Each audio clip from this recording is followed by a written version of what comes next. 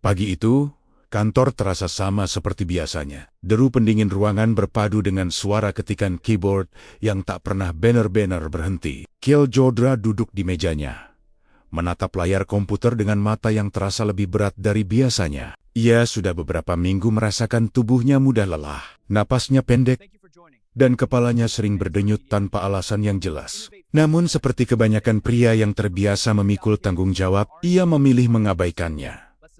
Baginya, pekerjaan adalah harga diri. Sebagai salah satu staf senior di perusahaan itu, Kiel dikenal disiplin dan jarang mengeluh. Ia selalu datang paling pagi dan pulang paling akhir. Banyak proyek penting yang bergantung pada ketelitiannya. Atasannya sering memujinya di depan tim, menyebutnya sebagai aset berharga perusahaan. Di rumah pun, ia berusaha menjadi suami yang baik bagi Helen Grinda, wanita yang dulu ia perjuangkan dengan sepenuh hati. Namun pagi itu berbeda. Saat sedang mempresentasikan laporan keuangan kuartal terbaru di ruang rapat, suara Kiel mulai terdengar, samar, bahkan di telinganya sendiri. Angka-angka di layar proyektor mendadak berputar, seperti pusaran air. Pandangannya mengabur. Ia mencoba bertahan, meremas ujung meja untuk menjaga keseimbangan. "Maaf, mungkin saya kurang enak badan," ucapnya pelan. Belum sempat ia melanjutkan kalimat, tubuhnya kehilangan tenaga. Dunia menjadi gelap. Dalam hitungan detik, Kildjodra roboh di lantai ruang rapat. Suara panik rekan-rekannya menggema. Seseorang memanggil ambulans. Seseorang lagi mencoba menyadarkannya. Namun bagi Kiel, semua suara itu terdengar jauh, seperti berasal dari dunia lain.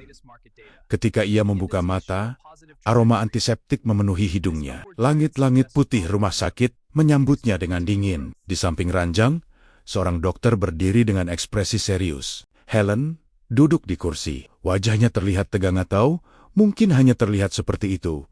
Serangkaian pemeriksaan dilakukan. Tes darah, CT scan, biopsi. Hari-hari berikutnya terasa seperti mimpi buruk yang berjalan lambat. Kiel, yang biasanya sibuk, kini hanya bisa menatap dinding kamar rumah sakit, mendengar detak mesin monitor yang setia mencatat denyut jantungnya, hingga akhirnya dokter itu kembali datang dengan map di tangan. "Kami menemukan sesuatu pada hasil pemeriksaan Anda," ucapnya. "Hati-hati, ini kanker, masih dalam tahap awal, tapi perlu penanganan segera." Kata-kata itu seperti palu yang menghantam kesadarannya.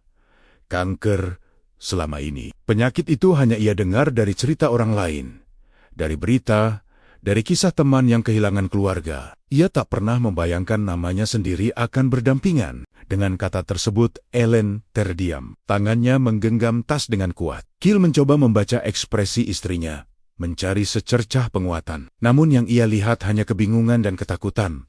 Di dalam dirinya, badai mulai berkecamuk. Ketakutan akan kematian. Kekhawatiran tentang masa depan, pertanyaan-pertanyaan yang tak terjawab. Bagaimana jika ia tak sembuh? Bagaimana dengan pekerjaannya? Bagaimana dengan rumah tangganya? Malam itu, setelah Helen pulang untuk beristirahat, Kiel terjaga sendirian di kamar rumah sakit. Lampu redup memantulkan bayangan tubuhnya yang kini terasa rapuh. Ia menatap tangannya sendiri, tangan yang selama ini bekerja tanpa lelah. Tangan yang membangun kariernya dari nol. Untuk pertama kalinya dalam hidupnya, ia merasa benar-benar tidak berdaya. Air mata yang selama ini ia tahan, akhirnya jatuh. Bukan karena ia takut mati semata, melainkan karena ia merasa hidupnya belum selesai. Masih banyak hal yang ingin ia capai. Masih banyak mimpi yang belum ia wujudkan. Beberapa hari kemudian, dokter menjelaskan pilihan pengobatan, kemoterapi, perubahan gaya hidup, perjuangan panjang yang tidak mudah. Risiko, efek samping, rasa sakit semuanya dipaparkan tanpa disembunyikan. Kiel mendengarkan dengan tenang. Di tengah semua penjelasan medis itu, sesuatu perlahan tumbuh di dalam dirinya. Bukan rasa putus asa, melainkan kemarahan. Kemarahan pada penyakit yang berani merenggut hidupnya sebelum waktunya. Kemarahan pada nasib yang terasa begitu tidak adil. Ia mungkin jatuh. Ia mungkin rapuh. Tapi ia belum kalah.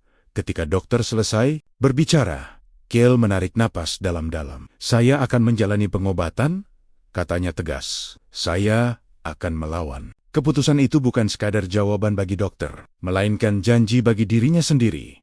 Hari-hari berikutnya, menjadi awal dari perjuangan baru. Tubuhnya harus menyesuaikan diri dengan obat-obatan yang keras, mual, lemas, dan rasa nyeri datang silih berganti. Rambutnya mulai rontok sedikit demi sedikit. Namun setiap kali ia menatap cermin dan melihat bayangan pria yang lebih kurus dan pucat, ia tidak melihat kelemahan. Ia melihat seorang pejuang. Rekan-rekan kantor mulai mendengar kabar tentang kondisinya. Beberapa mengirim pesan dukungan. Beberapa datang menjenguk. Namun ada juga yang mulai membicarakan kemungkinan posisinya digantikan jika ia terlalu lama absen. Dunia kerja tak pernah benar-benar berhenti untuk siapapun. Kyle menyadari satu hal, jika ia ingin mempertahankan segalanya, ia harus sembuh. Ia harus kembali. Di sela-sela kemoterapi, ia mulai membaca laporan pekerjaan dari rumah sakit. Ia tetap memberi arahan lewat email, memastikan proyek-proyeknya tetap berjalan. Banyak yang menyarankannya untuk beristirahat total, namun Becker memberinya alasan untuk bangun setiap pagi. Suatu malam, saat tubuhnya terasa sangat lemah, Helen berdiri di ambang pintu kamar. "Kamu tidak harus sekuat ini," ucapnya pelan. Kyle tersenyum tipis. "Kalau aku menyerah sekarang, apalagi yang tersisa?" Pertanyaan itu menggantung di udara. Dalam diam, ia berjanji pada dirinya sendiri bahwa ia tidak akan menjadi korban. Penyakit ini mungkin datang tanpa diundang, tapi ia yang akan menentukan bagaimana cerita ini berakhir. Ia belum tahu bahwa badai yang lebih besar sedang menunggunya di luar sana. Namun satu hal pasti, api di dalam diri Kyle Jodra belum padam. Dan dari titik terendah inilah kisah kebangkitannya akan dimulai. 3 bulan berlalu sejak hari ketika hidup Kyle Jodra berubah selamanya. Kemoterapi menguras tenaganya, tetapi perlahan tubuhnya mulai beradaptasi. Hasil pemeriksaan terakhir menunjukkan respons yang cukup baik. Dokter mengatakan ia berada di jalur yang tepat, asalkan tetap disiplin menjalani pengobatan. Bagi Kyle, kabar itu seperti cahaya kecil di ujung lorong gelap. Ia memutuskan untuk kembali ke kantor meski belum sepenuhnya pulih. Ia ingin membuktikan bahwa penyakit itu tidak mengendalikan hidupnya. Pagi pertamanya kembali bekerja terasa ganjil.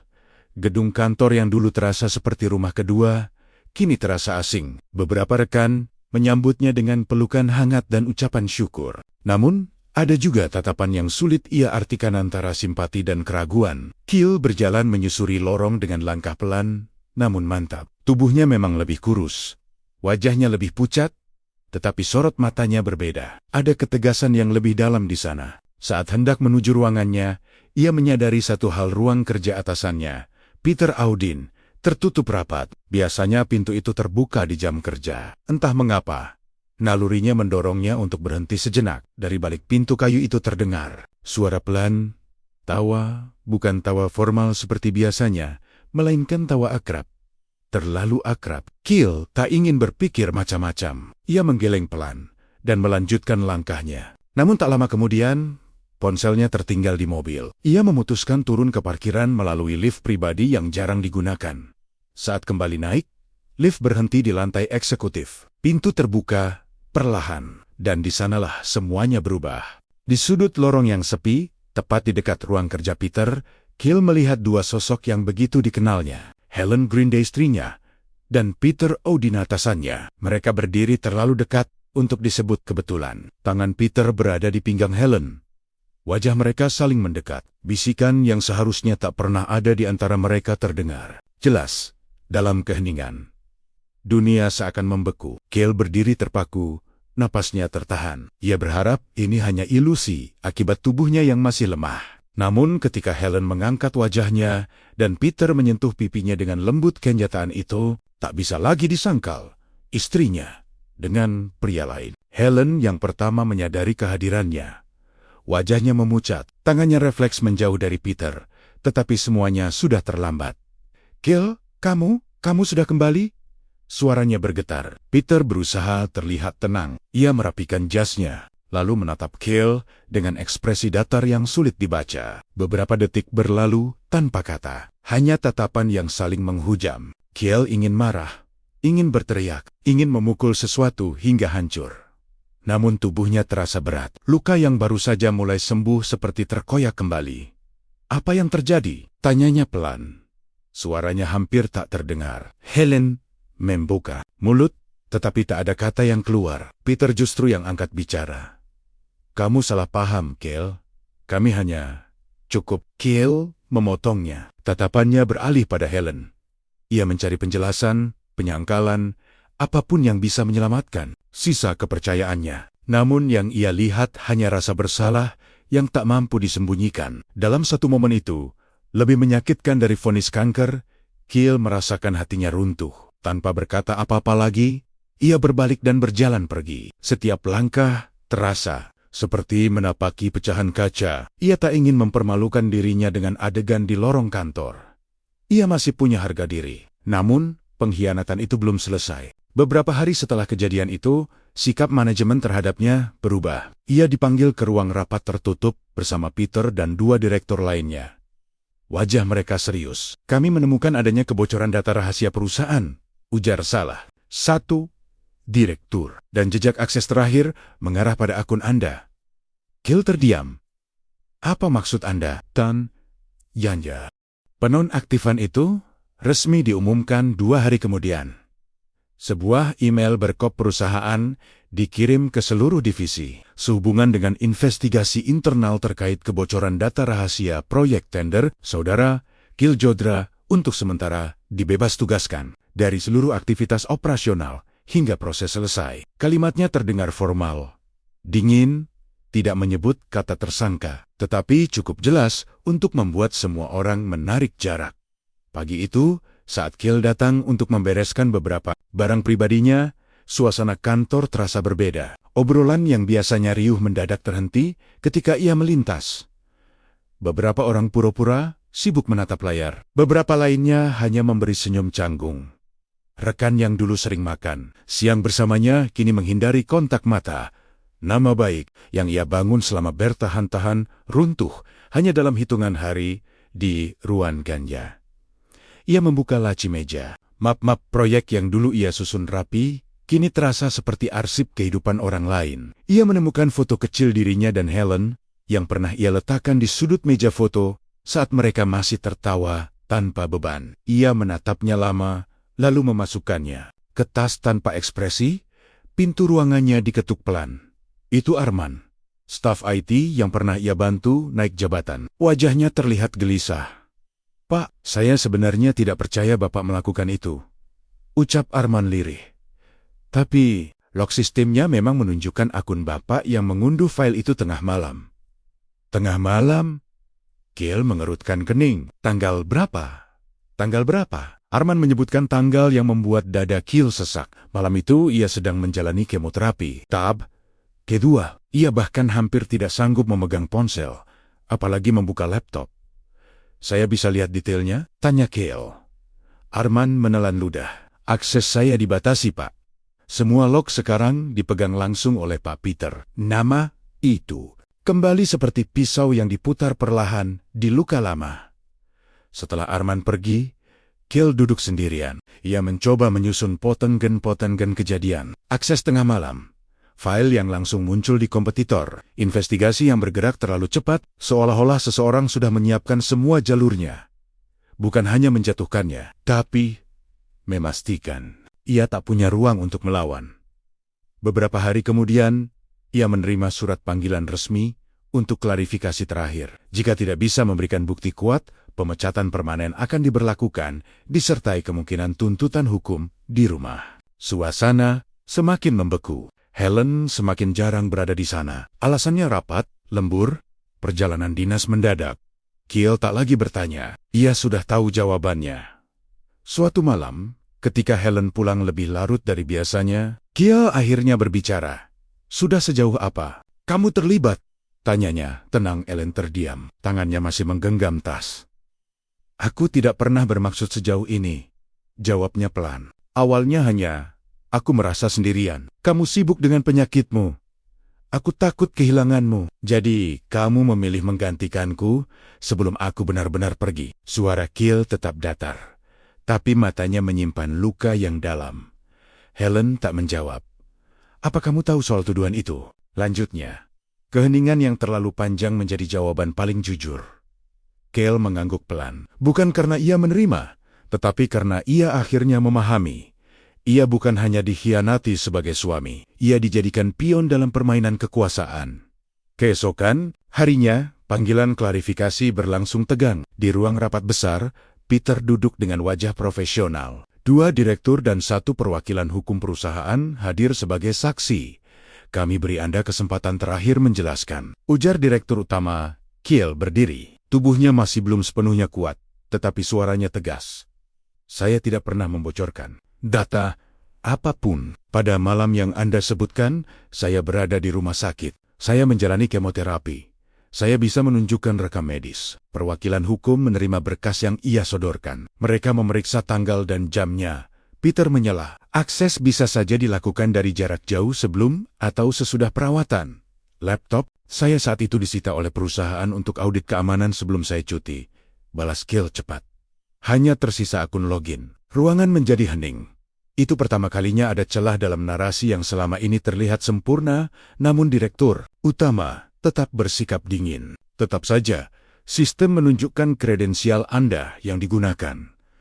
Jika Anda merasa ini sabotase, buktikan. Kata itu menggema dalam benaknya sepanjang perjalanan pulang. Malam itu, ia duduk di ruang kerja kecil di rumahnya. Di hadapannya, tumpukan dokumen medis, salinan email lama, dan catatan proyek. Ia mulai mengingat setiap detail sebelum ia sakit. Siapa yang memiliki akses cadangan? Siapa yang paling diuntungkan jika ia disingkirkan? Jawabannya selalu mengarah pada satu nama. Peter Audin.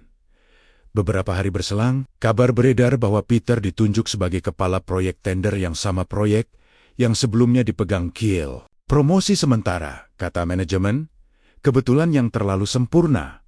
Reputasi Kiel di industri mulai tercoreng. Seorang kolega lama menelepon dengan nada hati-hati, menanyakan kebenaran isu tersebut. Ia menjawab seperlunya, menjaga sisa harga dirinya, tubuhnya kembali melemah akibat stres. Dokter memperingatkan agar ia tidak terlalu tertekan. Namun bagaimana mungkin ia bisa tenang ketika seluruh hidupnya dipreteli sedikit demi sedikit? Di tengah keputusasaan itu, satu perasaan muncul, bukan lagi sekadar marah, tapi tekad dingin. Jika mereka bermain kotor, ia harus bermain cerdas. Ia menghubungi seorang teman lama yang kini bekerja sebagai konsultan keamanan siber. Tanpa menjelaskan terlalu banyak, ia meminta bantuan untuk menelusuri kemungkinan manipulasi log system. Kalau memang ada yang mengatur ini, pasti ada jejaknya, kata temannya. Tidak ada sistem yang benar-benar bersih dari sidik jari digital. Untuk pertama kalinya, sejak tuduhan itu muncul, Kiel merasakan secercah harapan. Ia mungkin sedang berada di titik terendah, dicurigai, dikhianati, diambang kehilangan pekerjaan dan pernikahan sekaligus. Tapi ia belum kalah. Mereka telah menjatuhkannya hingga hampir tak bersisa. Namun yang tidak mereka sadari, pria yang telah menatap kematian di wajahnya sendiri tidak lagi takut kehilangan. Dan ketika seseorang tak lagi takut, ia menjadi jauh lebih berbahaya. Dari reruntuhan nama baiknya, Kiel Jodra mulai menyusun langkah balasan. Api itu kini bukan lagi bara kecil. Ia mulai menyala. Seminggu setelah klarifikasi terakhir, hidup Kiel Jodra berada di ujung tanduk. Surat keputusan pemecatan tinggal menunggu tanda tangan direksi. Nama baiknya hampir habis, pernikahannya retak tanpa sisa, dan tubuhnya masih berjuang melawan penyakit yang sewaktu-waktu bisa melemahkannya kembali. Namun di balik ketenangan yang ia tunjukkan, sesuatu sedang bergerak. Teman lamanya, Dimas konsultan keamanan siber, akhirnya menghubunginya larut malam. Aku sudah periksa salinan log yang kamu kirim, ucap Dimas melalui panggilan video. Ada kejanggalan. Jantung Kiel berdegup lebih cepat. Apa maksudmu? Log akses akunmu memang tercatat. Tapi ada IP masking, jejaknya disamarkan lewat jaringan internal. Artinya, orang itu kemungkinan besar berada di dalam gedung kantor. Saat akses dilakukan, Kiel terdiam. Malam yang disebutkan dalam tuduhan itu adalah malam ia dirawat inap. Jika akses dilakukan dari jaringan internal, berarti bukan ia pelakunya. Bisa dibuktikan? Tanya Kiel. Bisa, tapi butuh data tambahan. Dan kalau aku tidak salah, orang yang punya otorisasi tingkat tinggi untuk mengubah log cadangan hanya 1 atau 2 orang. Nama itu langsung muncul di benaknya. Peter Audin. Dimas bekerja cepat. Dalam 2 hari, ia menemukan sesuatu yang lebih besar, backup server otomatis yang tersimpan di cloud pihak ketiga, yang tidak bisa diubah tanpa jejak administratif. Di sana tercatat aktivitas login administrator yang dilakukan beberapa menit sebelum akun Kiel digunakan. Administrator itu milik Peter. Bukti itu seperti petir yang menyambar gelapnya malam. Kiel tak langsung bergerak, ia menunggu momen yang tepat. Hari pengumuman resmi hasil investigasi akhirnya tiba. Ia dipanggil kembali ke ruang rapat yang sama. Wajah para direktur terlihat tegang. Peter duduk dengan percaya diri, seolah kemenangan sudah di tangan. Kami telah menyimpulkan bahwa salah satu direktur mulai berbicara sebelum keputusan dibacakan. Potong Kiel dengan tenang, saya ingin menunjukkan sesuatu. Ia meletakkan sebuah flash disk di meja dan memutar layar proyektor. File demi file terbuka. Grafik log server, waktu akses, jejak IP, backup cloud yang tak tersentuh manipulasi. Ruangan mendadak sunyi. Pada jam 23:47 malam itu, ujar Kiel mantap. Akun administrator digunakan untuk mengakses server utama. 5 menit kemudian, akun saya dipakai untuk mengunduh file dari jaringan internal kantor. Tatapan para direktur perlahan beralih ke Peter. Itu tidak membuktikan apa-apa. Peter menyela cepat, namun nadanya tak setenang biasanya. Masih ada. Lanjut Kiel, ia menampilkan rekaman CCTV parkiran kantor data yang ia peroleh dari Dimas setelah menelusuri sistem keamanan. Di layar, terlihat mobil Peter memasuki gedung pada malam yang sama. Jauh setelah jam kerja berakhir, wajah Peter memucat. Saya berada di rumah sakit malam itu, kata Kiel. Suaranya rendah namun tajam. Dengan infus terpasang di tangan saya, ada rekam medis, ada saksi. Saya tidak mungkin berada di kantor. Direktur utama berdiri perlahan. Peter, apakah Anda ingin menjelaskan? Ruangan terasa menyesakkan. Peter mencoba menyangkal, mencoba menyusun kata, namun bukti terlalu jelas. Jejak digital tak bisa dibohongi. Motif pun terlihat nyata. Beberapa email internal menunjukkan bahwa ia telah bernegosiasi dengan direksi untuk mengambil alih proyek besar jika Kiel dianggap tidak kompeten lagi. Dalam hitungan menit, situasi berbalik total. Investigasi ulang diumumkan. Saat itu juga, Peter langsung diminta menyerahkan akses dan kartu identitas kantor. Wajahnya yang dulu penuh percaya diri, kini dipenuhi ketakutan.